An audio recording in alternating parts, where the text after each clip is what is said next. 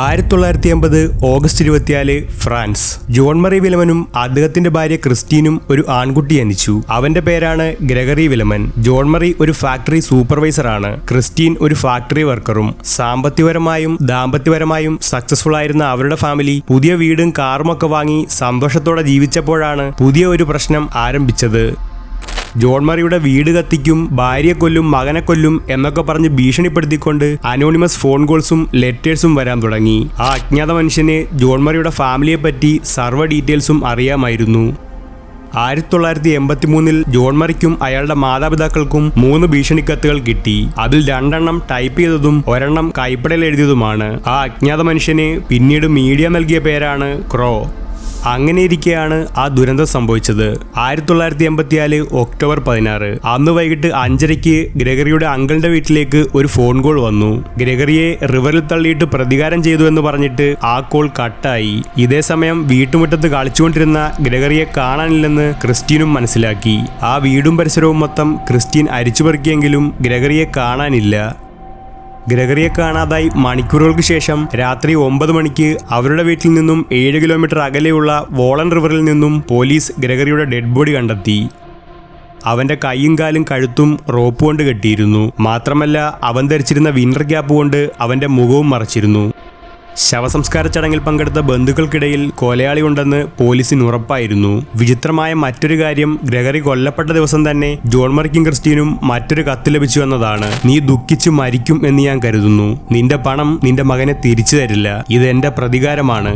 U ബാ എന്നായിരുന്നു കത്തിൽ ടൈപ്പ് ചെയ്തത്.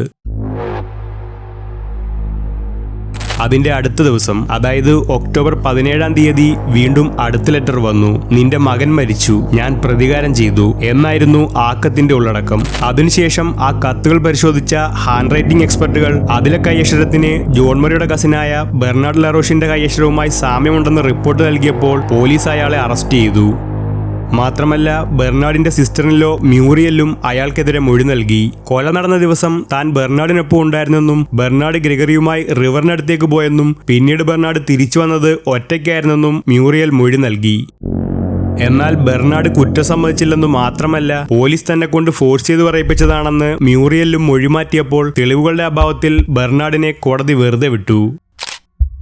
ഈ കാര്യം അറിഞ്ഞ് കലിതുള്ളിയ ജോൺ മറി ബെർണാഡിനെ താൻ കൊല്ലുമെന്ന് പബ്ലിക്കായി പ്രഖ്യാപിച്ചു. പറഞ്ഞ പോലെ തന്നെ 1985 മാർച്ച് 29 ജോൺ മറി ബെർണാഡിനെ വെടിവെച്ച് കൊന്നു. 5 വർഷത്തെ തടവ് ശിക്ഷയാണ് പിന്നീട് കോടതി ജോൺ മറിക്ക് നൽകിയത്. ഈ സമയത്താണ് മറ്റൊരു ട്വിസ്റ്റ് സംഭവിച്ചത്. ഗ്രെഗറിയുടെ അമ്മയായ ക്രിസ്റ്റീന്റെ കൈയക്ഷരമാണ് കത്തിലുള്ളതെന്ന് മറ്റൊരു hand writing expert team report നൽകി. ഇതേ സമയം ക്രിസ്റ്റീൻ അടുത്ത കുഞ്ഞിനെ ഗർഭം ധരിച്ചിരുന്നു. മാത്രമല്ല ഗ്രെഗറി കൊല്ലപ്പെടുന്നതിന് തലേ ദിവസം ക്രിസ്റ്റീനെ പോസ്റ്റ് ഓഫീസിൽ വെച്ച് കണ്ടെന്ന് 3 ലോക്കൽസ് മൊഴി നൽകുകയും ഗ്രെഗറിയുടെ കൈയും കാലും കെട്ടാൻ ഉപയോഗിച്ച അതേ മോഡൽ റോപ്പ് ക്രിസ്റ്റീന്റെ വീട്ടിൽ നിന്നും പോലീസ് കണ്ടെത്തുകയും ചെയ്തപ്പോൾ പോലീസ് ക്രിസ്റ്റീനെ അറസ്റ്റ് ചെയ്തു. എന്നാൽ കൊലപാതകത്തിനുള്ള മോട്ടീവ് കണ്ടെത്താനോ ക്രിസ്റ്റീൻ തന്നെയാണ് കൊലയാളിയെന്ന് തെളിയിക്കുന്ന ശക്തമായ തെളിവുകൾ കണ്ടെത്താനോ പോലീസിന് കഴിയാത്തതിനാൽ ക്രിസ്റ്റീനെയും കോടതി വെറുതെ വിട്ടു.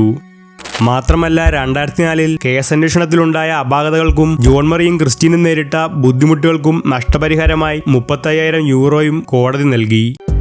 2000 മുതൽ 2013 വരെ ഗ്രെഗറിയുടെ വസ്ത്രങ്ങളും റോപ്പും കത്തുകളും നിരവധി DNA ടെസ്റ്റുകൾക്ക് വിധേയമാക്കിയെങ്കിലും എല്ലാ റിസൾട്ടും ഇൻകൺക്ലൂസീവ് ആയിരുന്നു. അതിനുശേഷവും വിലമൻ ഫാമിലിയിലെ പല മെമ്പേഴ്സിനെയും പോലീസ് കസ്റ്റഡിയിലെടുത്തെങ്കിലും ആരാണ് കൊലയാളിയെന്ന് കണ്ടെത്താൻ പോലീസിന് കഴിഞ്ഞില്ല. 2017 ഈ കേസ് റീഓപ്പൺ ചെയ്യാൻ പോകുന്നതിന്റെ പ്രഷർ എനിക്ക് താങ്ങാൻ കഴിയുന്നില്ലെന്ന് ഒരു ലോക്കൽ ന്യൂസ് പേപ്പറിന് കത്തെഴുതിയിട്ട് കേസിന്റെ ജഡ്ജി ജോൺ മിഷേൽ ലാംബർട്ട് ആത്മഹത്യയും ചെയ്തു.